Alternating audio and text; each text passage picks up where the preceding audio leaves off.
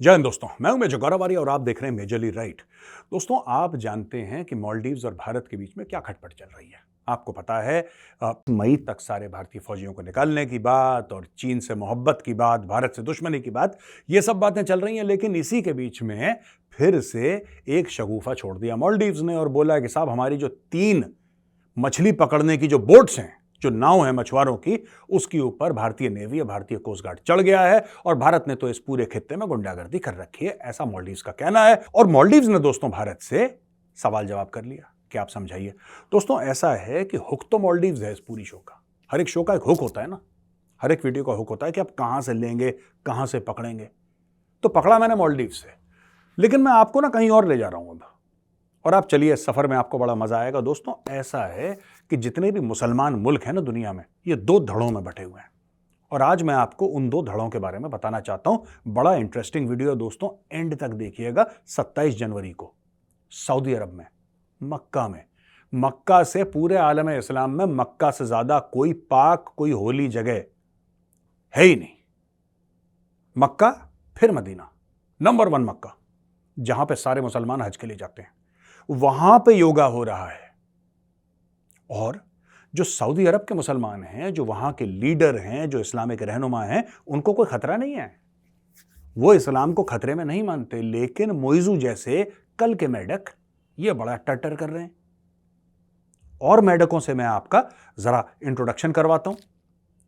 आप मिलिए जरा इन मेढकों से। एक मेढक है तुर्की में, जिसका नाम है अर्दोगान। ये भी आलम इस्लाम का चीफ बनना चाहता है। इसको क्या कहते हैं आपको पता है? खलीफा, कैलिफ अंग्रेजी में, और अरबी में खलीफा, यानी कि पूरा आलम इस्लाम, पूरी मुसलमान दुनिया का लीडर ये बनना चाहता है। घर में नहीं है दाने, अम्मा चली बना, शक्ल देखो इस आदमी की। यह बनना चाहता है खलीफा पूरे आलम इस्लाम का, और इस्लाम के नाम पे भड़काता रहता है। इसने बोला जो शरिया के खिलाफ, जो शरिया के खिलाफ, वो इस्लाम के खिलाफ। इसका रिसेंट बयान आया है, जिसकी वजह से गर्ट विल्डर्स, जो नेदरलैंड्स का, जो कह रहे हैं कि हो सकता है प्रधानमंत्री बन जाए, उसने बोला है कि यार, ये आदमी पैजामा है, ये कोई बयान होता है देने का। और तुम कहते हो यूरोपियन कल्चर में तो बैठता ही नहीं है। तो मैं आपको बताता हूं कि क्या चल रहा है। ये 2 धड़े की बात कर रहा हूं। देखिए, एक तरफ है, फोटोग्राफ देखिए, ये है क्राउन प्रिंस मोहम्मद बिन सलमान। ये कौन है?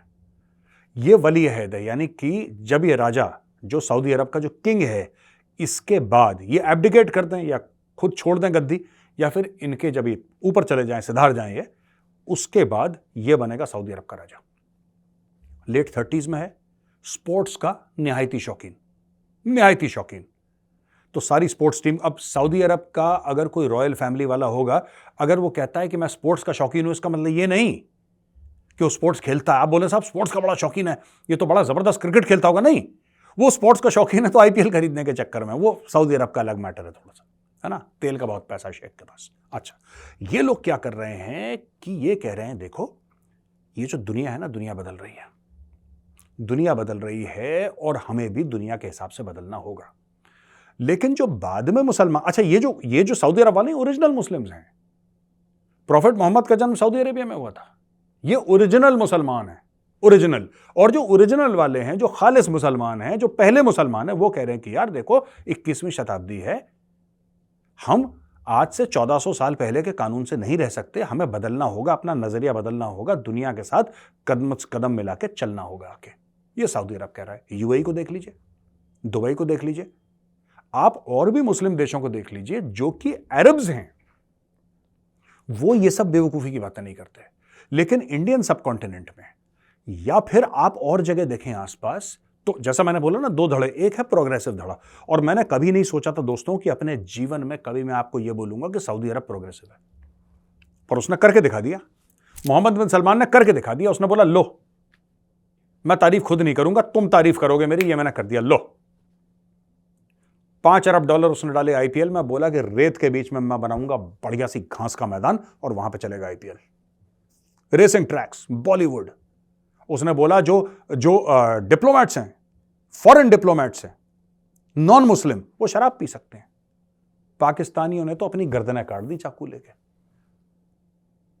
उन्होंने बोल दिया क्या चल रहा है, ला हौल वला कुव्वत, सऊदी अरब में शराब चलेगी। खुद सारे के सारे पाकिस्तानी बिना ब्लू लेबल के बात नहीं मानते शाम को। तो दो धड़ों में इस्लाम बढ़ गया और दो धड़ों में मुसलमान बढ़ गए। एक प्रोग्रेसिव हो गए। मैं शराब पीने को प्रोग्रेसिव नहीं कह रहा हूं, यहां पे आप गलत मत समझिएगा। मैं सिर्फ ये कह रहा हूं कि दूसरे का पॉइंट ऑफ व्यू समझना, दूसरे का पॉइंट ऑफ व्यू समझना कि दूसरा पीता पी ले यार, क्या दिक्कत है, दूसरा पीता पी ले, हमें कोई आपत्ति नहीं है, हम नहीं पिएंगे क्योंकि हम मुसलमान हैं, हम अपने आप में श्योर हैं। अब हुआ क्या है कि मौजू जैसे लोग, ये रेडिकल इस्लामिस्ट हैं दोस्तों, मैं आपको बता रहा हूं, ये रेडिकल इस्लामिस्ट हैं। और आपको ये भी बात पता होगी कि इस्लामिक स्टेट में अगर पर कैपिटा आप कैलकुलेट करें, सबसे ज्यादा लोग मालदीव से गए। वो मालदीव जो कि बड़ा खूबसूरत है, वो मालदीव जो दिखने में बड़ा मॉडर्न है, वो मालदीव जहां पे बड़ी बड़ी रेतों की बीचेस हैं, वो मालदीव जहां पे 5 स्टार 7 स्टार हैं, जहां पे नदियों जैसे शराब बहती है, वो मालदीव्स, वहां से इस्लामिक स्टेट और अलकायदा में सबसे ज्यादा बंदे गए हैं, not in numbers but per capita. उनकी पॉपुलेशन कम है ना, तो अगर आप पर कैपिटा गिनेंगे, पर 100 गिनेंगे, तब आपको पता लगेगा सबसे ज्यादा मालदीव से गए हैं। अब आप देखिए पाकिस्तान में क्या हो रहा है। मैं वही आपको बात बोल रहा हूं, ये दो धड़े में बढ़ गए हैं मुसलमान, और मुसलमान देश दो धड़े में बढ़ गए हैं। पाकिस्तान आज की तारीख में कहता है TLP, तहरीक लब्बैक या रसूल अल्लाह पाकिस्तान। ये खादिम हुसैन रिजवी, वो चल दिए ऊपर, उनका बेटा साद रिजवी, वो तहरीक लब्बैक पाकिस्तान का चीफ बन गया। अब उसने मुहिम खड़ी करी है कि यहां पे शरिया नाफिज करो, शरिया नाफिज करो, शरिया नाफिज करो। आप समझ सकते हैं, ये पाकिस्तान में शरिया नाफिज करने की बात कर रहा है, जबकि मैं कहता हूं होनी चाहिए पाकिस्तान में शरिया नाफिज, क्योंकि वो इस्लामिक रिपब्लिक ऑफ पाकिस्तान है। लेकिन दोस्तों समझाने वाली बात यह है कि दो धड़े में मुसलमान देश बढ़ चुके हैं।